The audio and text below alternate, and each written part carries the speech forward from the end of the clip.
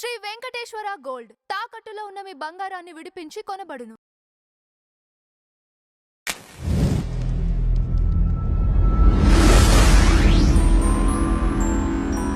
Madam నమస్కారం. నమస్తే అండి. మేడం నిన్న బెంగుళూరులో ఎన్టీఆర్‌కి బ్రహ్మరథం పట్టినట్లుగా తెలుస్తోంది అభిమానులంతా కూడా.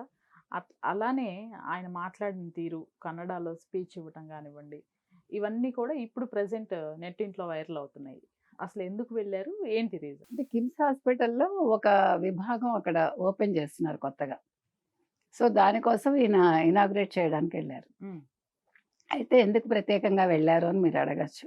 గతంలో ఈయనకి యాక్సిడెంట్ అయినప్పుడు గురువారెడ్డి గారు, డాక్టర్ గురువారెడ్డే ఈయనకి అప్పుడు మొత్తం అంతా చూసుకున్నారు. ఓకే. సో, ఆ అభిమానంతోటి ఆయన వెళ్ళటం జరిగింది. ఇంకొకటేంటంటే వాళ్ళ అమ్మగారి ఊరది. కర్ణాటక అనేది. హ్మ్. అదే చెప్పారు కదా! కుందాపూర్ మా అమ్మ ఊరు.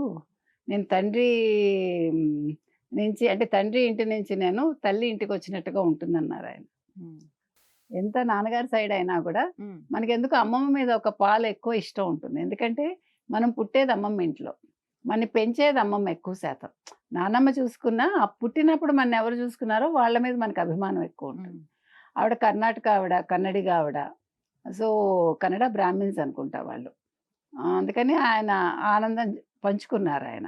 మీరన్నట్టుగా అసలు ఆయన వెళ్తుంటేనే ఆయన అభిమానులు బాగా హడావిడి చేశారు. సో, ఆయన పైకి నిల్చొని వాళ్ళకి అభివాదం చేయడం జరిగింది. తర్వాత తన ప్రసంగాన్ని ముందు నేను మొత్తం కన్నడలో మాట్లాడదాం అనుకున్నాను. నన్ను కన్‌ఫ్యూజ్ చేశారు గురవారెడ్డి గారని చెప్తూ, కన్నడలో నాకు చాలా సంతోషంగా ఉంది. ఇక్కడికి రావటం అనేది అని.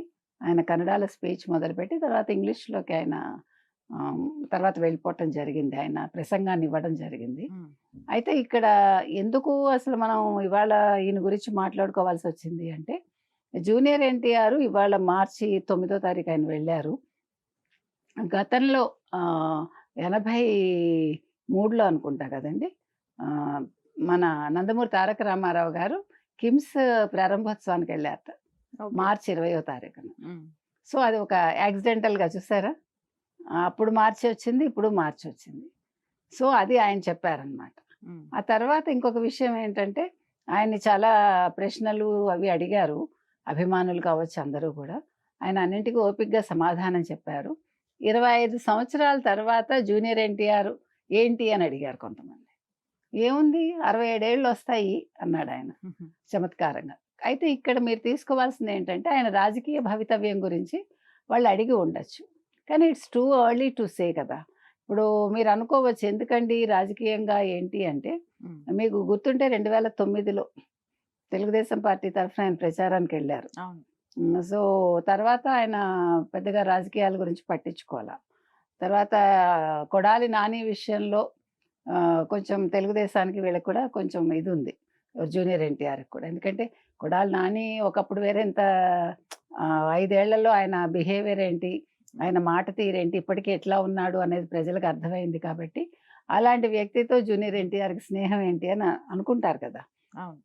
ఎందుకంటే నీ స్నేహితుడెవరో చెప్పు, నీ గురించి చెప్తామనే ఒక నానుడుంది మనకి. సో, కొడాలి నానితోటి ఇతనికుండే అనుబంధం ఏంటి అనేది. హ్మ్. అంటే వాళ్ళ నాన్నగారికి హరికృష్ణకి ఉంటే ఉండొచ్చు కదా! కానీ అలాంటి వ్యక్తుల్ని దూరం పెట్టాలి మనం. ఇప్పుడు మీరు రాజకీయంగా ఎదగాలనుకున్నా, లేదు సినిమా పరంగా కూడా మీకు ఆల్రెడీ ఒక గుర్తింపొచ్చింది. కానీ దాన్ని నిలుపుకోవాలంటే మన స్నేహితుల్ని మనం జాగ్రత్తగా ఎంపిక చేసుకోవాలి. లేదు చెడ్డవాళ్ళు అనుకుంటే వాళ్ళని వదిలేయాలి. మరి ఆ విషయంలో జూనియర్ ఎన్టీఆర్ గారి ఆలోచన ఏంటో మనకైతే తెలీదు. హ్మ్.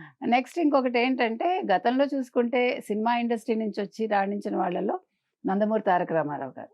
చిరంజీవి గారు వచ్చినట్టే వచ్చారు. మళ్ళా కనుమరుగయ్యారాయన రాజకీయాల్లో. సినిమాల్లో ఇప్పుడు మళ్ళా ఆయన రీ ఎంట్రీ ఇచ్చారు. బాగానే వెళ్తున్నాయి ఆయన సినిమాలు. అవును. తర్వాత పవన్ కళ్యాణ్ చాలా హార్డ్‌షిప్ తర్వాత ఆయన ప్రూవ్ చేసుకున్నాడు. 100% స్ట్రైక్ రేట్ తెచ్చుకొని. అయితే తమిళనాడులో తీసుకుంటే మీకు చాలామంది సినిమా రంగం నుంచి వచ్చి వాళ్ళు నిలదొక్కుకున్నారు. హ్మ్. కంపారిటివ్‌గా చూసుకుంటే. ఇప్పుడు విజయ్ కూడా వస్తున్నారు కదా!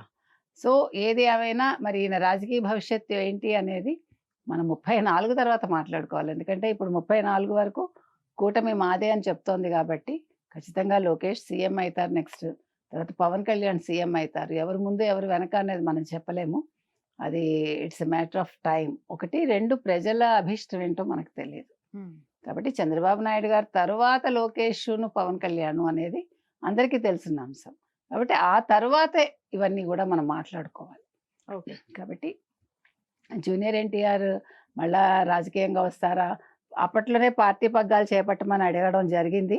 అతను ఇంట్రెస్ట్ చూపించలేదు, పార్టీ కూడా ఇంట్రెస్ట్ చూపించలేదు. ఏది ఏమైనా ఏది ఎప్పుడు జరగాలో అప్పుడే జరుగుతుంది. అయితే ఇటీవలి కాలంలో ఆయన స్పందించాల్సిన టైంలో స్పందించలేదు జూనియర్ ఎన్టీఆర్. అంటే టీడీపీ అనే కాదు, తనకి ఏమంటారు, మావయ్య వరుస అవుతాడు కదా చంద్రబాబు నాయుడు గారు. ఉమ్. ఆయనకి ఒక కష్టం వచ్చినప్పుడు అతను స్పందించలేదు మనకు గుర్తుంటే. అదే ఓకే. ఇలాంటివి చాలా ముఖ్యం. అంటే మనం ఒక లెగసీలో కొనసాగాలంటే మనం సమయానికి తగ్గట్టుగా మనం మాట్లాడగలగాలి, స్పందించగలగాలి. అందులో ఒక క్రూషియల్ సిట్యుయేషన్‌లో ఆ టైంలో అతను స్పందించలేదు కాబట్టి మరి ఏ రకంగా ఉంటుంది అనేది మనం చూడాలి.